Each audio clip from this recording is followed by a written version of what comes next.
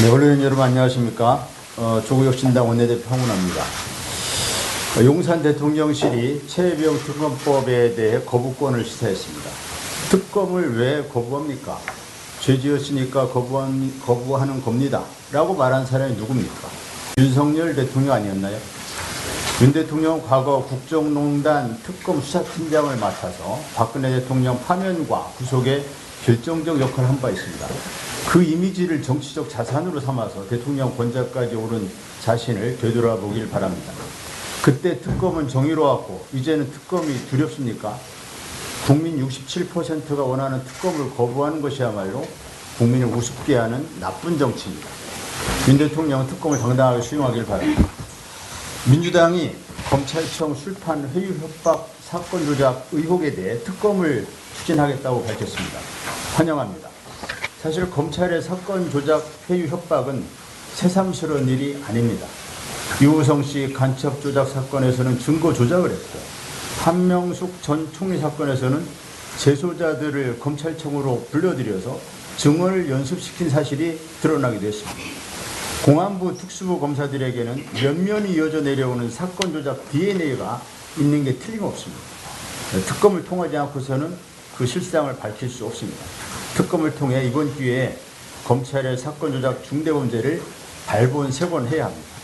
1차적으로는 사건 조작 책임자를 발본색원해야 하지만 그것만으로 재발을 막기에는 역부족입니다. 그 배경에는 수사 기소의 결합이라는 잘못된 검찰 제도가 자리 잡고 있기 때문입니다. 자신이 수사한 사건을 자신이 기소하는 시스템 하에서는 유죄 확증 편향에 사로잡힌 검사가 사건 조작의 유혹을 뿌리치기 어렵습니다. 공명심에 들뜬 나머지 또는 정치적 목적으로 자신의 과오를 시정하려 들지도 않습니다. 수사기관의 사건 조작을 걸러낼 수 있는 객관적 중립적인 기소기관이 없기 때문에 회유 협박과 증거 조작이 끊이지 않는 것입니다. 10명의 범인을 놓치더라도 1명의 억울한 사람을 만들어서는 안 된다는 형사선고의 원칙은 사라지고 억울한 피고인은 양산되는 시스템입니다. 따라서 검찰을 본연의 역할인 공소 업무에 전종하도록 정상화하고 검찰의 직접 수사 기능을 떼어내서 신설되는 중대범죄수사청에 이관하여 수사와 기소를 분리하는 것만이 사건 조작을 막을 수 있는 유일하고도 근원적인 해법임이 명백합니다. 조국혁신당 황운하 의원과 민주당의 김용민 의원은 이와 관련해서 내일 오전 10시에 의원회관 제2소회의실에서 검찰개혁 22대 검찰개혁 입법전략 토론회를 개최합니다. 언론 여러분 많은 관심 부탁드립니다. 21대 국회는 검찰을 정상화하기 위해 많은 노력을 기울였지만 검찰의 완강한 저항과 보수 언론 등 검찰 카르텔의 집요한 방해로 물거품이 되고 말았습니다. 지난 2022년 박병석 국회의장의 중재로 여야 원내대표가 검찰 수사권 폐지 로드맵에 합의했지만 국민의힘의 합의 파기로 검찰개혁의 골든타임을 놓치고 말았고 검찰 수사권 제한 입법마저 한동훈 법무장관이 법기술을 부리며 장난치듯 입법을 무력화시킨 뼈아픈 기억이 있습니다.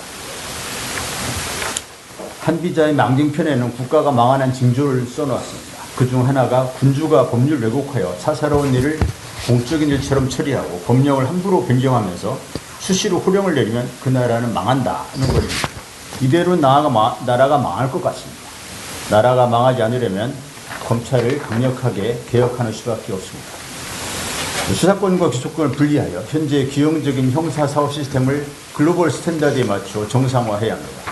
조국혁신당은 22대 국회에서 검찰청 폐지 및 공소청 설치법, 중대범죄수사청 설치법, 형사성법 개정안 등 검찰개혁 3법을 발의하여 검찰개혁을 반드시 완수하겠습니다. 우리 국민은 윤석열 정권 지난 2년을 거치며 검찰 지상주의자들의 나라에 공정과 상식 그리고 정의란 없다는 것을 확실하게 깨닫게 됐습니다. 더 이상 검찰이 사건을 조작하여 억울한 피해자를 만들고 1년 내내 검찰의 압수수색 뉴스가 도배를 하고 소수의 정치검찰이 전국을 쥐락펴락하며 여론을 조작한 일이 없도록 확실히 검찰을 개혁하겠습니다. 이상입니다.